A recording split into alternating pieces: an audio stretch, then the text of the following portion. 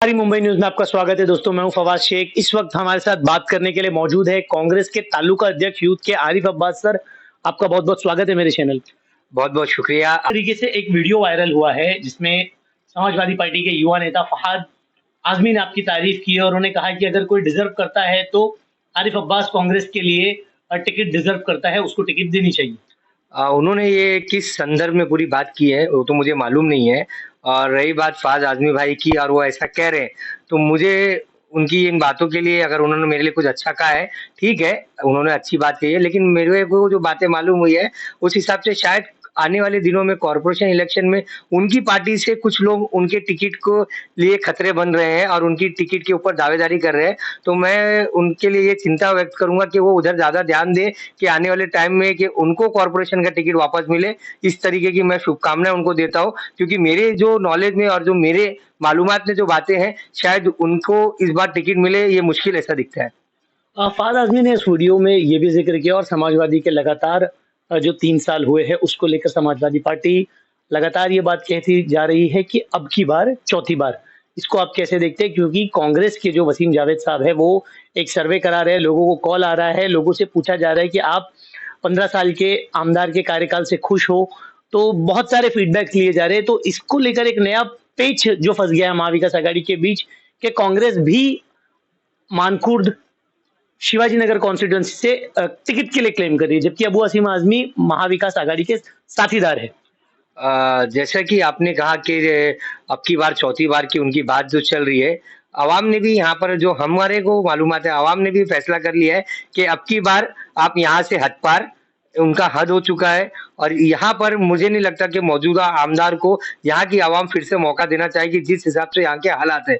और रही बात कांग्रेस पार्टी की वसीम जावेद खान साहब के बारे में, तो कांग्रेस पार्टी अपना एक इंटरनल सर्वे करवा रही है।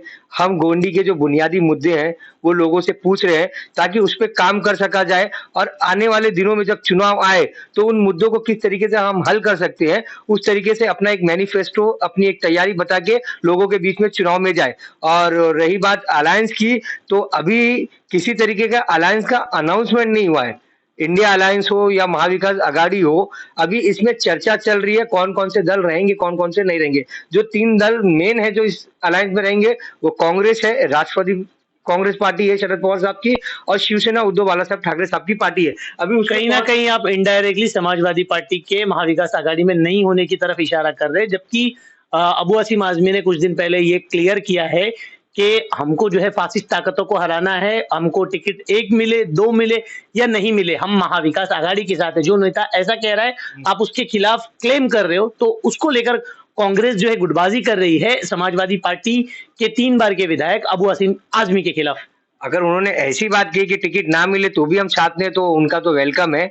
हमारा उनसे जो इख्तिलाफ है, जो हमारे डिफरेंसेस है, वो इसलिए है, जब इंडिया अलायंस बना था, जब देश के अंदर 2024 का लोकसभा चुनाव चल रहा था, जब कांग्रेस पार्टी राहुल जी के नेतृत्व में और अखिलेश जी और बाकी बड़े बड़े दल जब इंडिया अलायंस में आए थे और देश की जब लड़ाई थी फासिस्ट ताकतों से, जब सच में लड़ना था, तब जब ये भाजपा की सरकार को, आरएसएस की सरकार को उठार फेंकने का समय था, उस टाइम पे महाराष्ट्र में जब लोकसभा का चुनाव होता, तो महाराष्ट्र इकाई की समाजवादी पार्टी और उसका जो नेतृत्व कर रहे हैं यहाँ के प्रदेश अध्यक्ष और हमारे विधानसभा क्षेत्र के विधायक, वो पूरी तरीके से नदारत थे चुनाव प्रचार से। उन्होंने किसी तरीके का सहयोग नहीं किया इंडिया अलायंस के प्रचार में उम्मीदवार के। उल्टा उसके उलट हमारे पास ऐसी जानकारी है कि उनके लोग विंडो शॉपिंग कर रहे थे भाजपा के नेताओं के साथ। पोलिंग के एक दिन पहले भाजपा के लोगों के साथ वो लोग मीटिंग कर रहे थे। उनके कार्यकर्ताओं को हम जानते हैं जो लिप्त थे भाजपा के उम्मीदवार जो इस क्षेत्र के लोकसभा के थे, उनको फायदा पहुंचाने के लिए। और कहीं ना कहीं विधानसभा लोकसभा के चुनाव में जो विधायक जी हैं हमारे यहाँ के, उन्होंने इंडिया अलायंस धर्म का पालन नहीं किया था। वो बैकफुट पे थे, वो डर के बैकफुट पे थे, या वो अंदर से मिली भगत किए हुए बीजेपी से थे। जब आदमी इंडिया अलायंस के इलेक्शन जो लोकसभा का था उसमें साथ नहीं था, तो आज विधानसभा के चुनाव में उनको महाविकास आघाड़ी और इंडिया अलायंस क्यों जा रहा है? आपने कई गंभीर आरोप जो है अब जनाब अबू वसीम आजमी पर लगाए हैं। सवाल आपके इन निशानों पर भी खड़ा होता है, चूंकि इलेक्शन नजदीक है। इससे पहले जब आपको खबर लगी थी तो उस वक्त आपने इन सवालों को क्यों नहीं उजागर किया था? और दूसरी बात ये कि वसीम जावेद जिनके लिए कांग्रेस जो है इस टिकट को मांग रही है, आप भी शायद उनका सपोर्ट कर रहे हैं, तो उनको लेकर आपके क्या प्लान है? क्या वो यहाँ से आमदारगी के लिए फिट बैठते हैं? देखिए, जहां तक रही पार्टी की बात, जब चुनाव हुआ और चुनाव के बाद जब चुनाव के बारे में जो बैठक हुई कि चुनाव कैसा हुआ, लोकसभा का क्या हुआ, तो हमने सारी चीजें पार्टी प्लेटफॉर्म के अंदर बताई है। अभी एआईसीसी से जो सेक्रेटरी आए मुंबई के इंचार्ज बीवी वेंकटेश जी, हमने उनके सामने भी ये बात की है। हमको समाजवादी पार्टी के इंडिया अलायंस या एमवीए में होने से कोई ऐतराज नहीं है। हमको ऐतराज इस चीज का है कि जो उम्मीदवार है, जो प्रदेश के यहाँ की इकाई के प्रदेश के अध्यक्ष है, मौजूदा जो हमारे विधायक अबू आसिम आजमी जी, वो ने इंडिया अलायंस का पालन नहीं किया था। वो किसी तरीके से बीजेपी के दबाव में थे। कभी आप उनको सीएम के यहाँ गणपति दर्शन पे देख सकते हैं, कभी अजीत पवार जी के यहाँ देख सकते हैं। तो उनका खुद का स्टेटस क्लियर नहीं है। लेकिन आज जब उनका खुद का चुनाव आ गया है और वो घबराए हुए हैं कि वो एंटी इनकम्बेंसी की उनकी पीक पे है, यहाँ की जनता उनसे त्रस्त है, उनको इस बार वो जनता वोट नहीं देंगी, तो वो एमवीए की दुआई लेके और अपनी बैसाखी के एमवीए की बैसाखी का सहारा लेके ये चुनाव लड़ना चाहते हैं और जीतना चाहते हैं। और हम वैसा होने नहीं देंगे। हमने पार्टी प्लेटफॉर्म पे बात करी है। और रही बात वसीम जावेद जी की, वसीम जावेद जी पिछले 7 सालों से इस हलके में एक्टिव है, कांग्रेस पार्टी के लिए कार्य कर रहे हैं। वो फॉरेन से पढ़ के आए एक काबिल सिविल इंजीनियर है। उनके कई इदारे इंस्टीट्यूट है जहां से गोवंडी के और यहाँ के आजू बाजू के हल्के के लोग तालीम याफ्ता होते हैं। और उन एक सोच है उनके पास, एक विजन है, एक एम्बिशन आदमी है।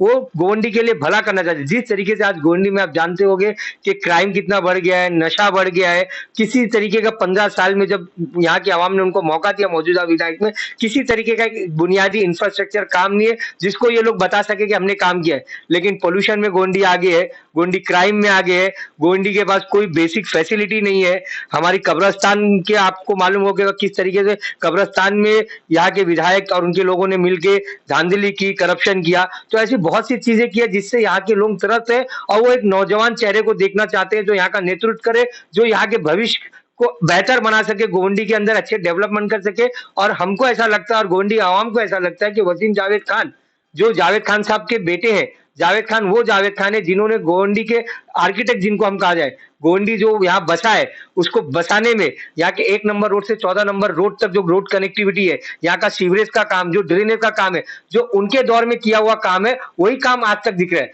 जो बुनियादी काम उन्होंने किया वही आज तक चल रहा है। तो जावेद खान ने गोवंडी को बसाया है। पूरे बंबई में कोई स्लम इतना अच्छा तरीके से बसा हुआ नहीं है जिस तरीके से गोवंडी और शिवाजी नगर मानपुर बसा हुआ है। तो वैसे बाप का बेटा वसीम जावेद खान साहब है और हमको उम्मीद है जो खान साहब ने काम किया उससे कई बेहतर काम वसीम जावेद करेंगे। गोवंडी को तरक्की के रास्तों पे लेके जाएंगे, गोवंडी से नशाखोरी कम करेंगे, गोवंडी में इंफ्रास्ट्रक्चर की जो जरूरत है वो जरूरतें पूरी करेंगे, गोवंडी में एक अच्छा माहौल बनाएंगे ताकि यहाँ के भी लोग बड़े बड़े मुकाम पे बड़ी बड़ी जगह हासिल कर सके।